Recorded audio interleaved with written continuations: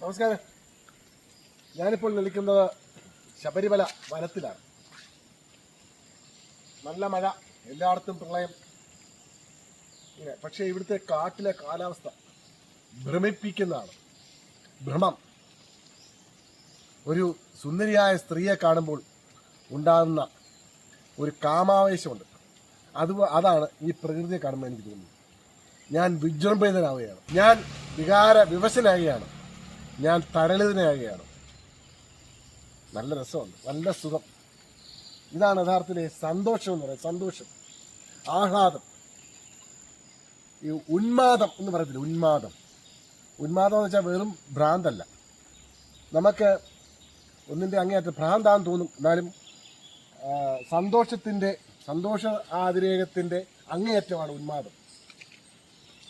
ഈ ഉന്മാദിനികൾ എന്ന് പറയുന്നത്, ഉന്മാദിനികൾ എന്താ? കാമവിവശിയായ സ്ത്രീകളെ ഉന്മാദിനികൾ എന്നൊക്കെ പറയുന്നു. ഉന്മാദം വെറും പ്രാന്താക്കി പ്രാന്തൻ എന്ന് പറയുന്നു. അതുപോലെ ഉന്മാദം ആണ് എനിക്ക് തോന്നുന്നത്. വളരെ രസകരമായ കാലാവസ്ഥ, സന്തോഷം തരുന്ന അന്തരീക്ഷം. കാട് എപ്പോഴും എൻ്റെ ഒരു ദൗർബല്യമാണ്. കാട്ടിൽ യാത്ര ചെയ്യുക, കാടിൻ്റെ മണം, ആ ഗന്ധം പോലും നമ്മളെ ഭ്രമിപ്പിക്കുന്നതാണ്. ഭ്രമമാണ്, എല്ലാം ഒരു ഭ്രമമാണ്. ഇതെന്താണെന്ന് തോന്നും, പക്ഷേ നമ്മുടെ ഈ ഉള്ളിൽ ആ വന്യമായ സൗന്ദര്യം ആസ്വദിക്കുന്നതിന് ആ രസമായിരിക്കും. നമ്മളെല്ലാം കാനനവാസികളാണല്ലോ. കാനനത്തിനകത്തുനിന്നല്ലോ നമ്മൾ വെളിയിലേക്ക് വന്നത്. പിന്നെ എല്ലാവർക്കും ഇഷ്ടമല്ല. ചിലർക്കാണ് വലിയ റിസോർട്ട് കയറിയിരുന്ന് പൂളവേറും തടവി സ്മോളും അടിച്ച് ചിക്കനും കടിച്ച് ഇരിക്കുന്ന ഇഷ്ടം. പക്ഷേ എനിക്കങ്ങനല്ല.